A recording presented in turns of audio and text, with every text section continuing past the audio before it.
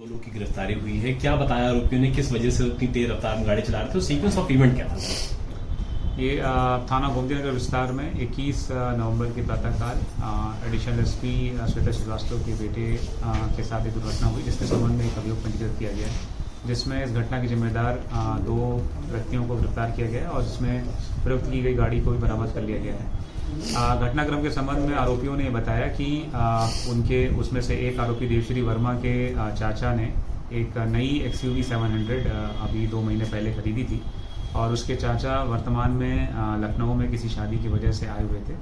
और ये दोनों लड़के उसमें तेज स्पीड से गाड़ी चलाने चाहते थे, उसको टेस्टिंग करना चाहते थे। इसीलिए रात में देवश्री वर्मा ने अपने चाचा से गाड़ी और गाड़ी की चाबी लेकर के अपने पास रख ली थी। प्रातःकाल उठ करके देवश्री वर्मा अपने मित्र सार्थक सिंह के पास गया,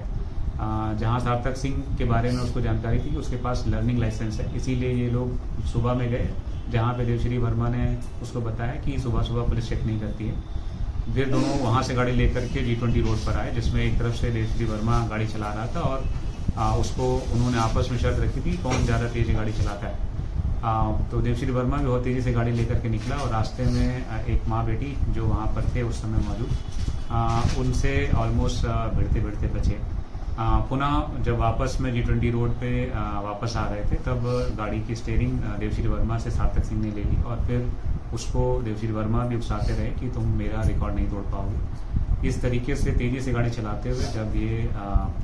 वहाँ घटनास्थल पर पहुँचे तो मृतक के सामने उन्होंने उसके चूँकि अनियंत्रित तरीके से गाड़ी चला रहे थे, उन्होंने फुटपाथ पर चलने वाले मृतक के ऊपर ये गाड़ी चढ़ा दी और जिसकी वजह से दुर्घटना हुई। ये घटनाक्रम था। सर, लखनऊ पुलिस का इसको लेकर के एक अभियान भी चलाया जा रहा है, क्योंकि वहाँ पे जो रोड है अक्सर देखा जाता है कि बाइकर्स फर्राटा करते हैं। इन लड़कों ने भी एक दूसरे से शर्त लगाई थी स्पीड को लेकर के, उसको लेकर कुछ लखनऊ पुलिस करने जा रही है? जो मुख्य रूप से लखनऊ पुलिस में जहाँ जहाँ ऐसे रास्ते हैं जहाँ पर ट्रैफिक का लोड कम रहता है, जिस वजह से गाड़ियाँ तेज़ रफ्तार में चलती हैं, जैसे लोहिया पथ है या ताज होटल से जनेश्वर मिश्रा पार्क की तरफ जाने वाला मार्ग है या G20 है रोड है, इन सब मार्गों पर हम लोग जिगजैग बैरियर लगाते हैं जो परमानेंट बैरियर रहेंगे, ताकि यहाँ पे गाड़ियों की स्पीड एक लिमिटेड वे में रह सके।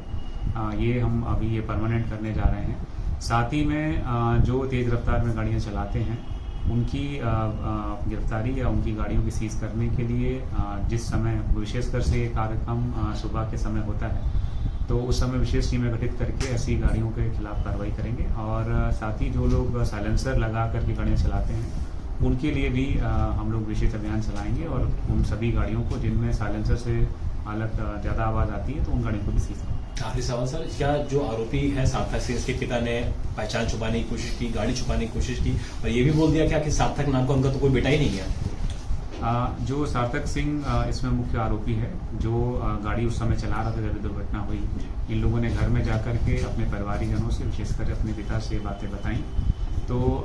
उनके पिता ने इस गाड़ी को धुलवा करके इसको छुपाने का प्रयास किया। उसके बाद अभियुक्तों को भगाने में मदद करी। इसी कारण से उनके पिता सार्थक सिंह के पिता रविंद्र सिंह के खिलाफ भी 201 के अंतर्गत हमने कार्रवाई की है और यदि इस प्रकार के साक्ष्य चाहते हैं जो कि इस घटना में किसी अन्य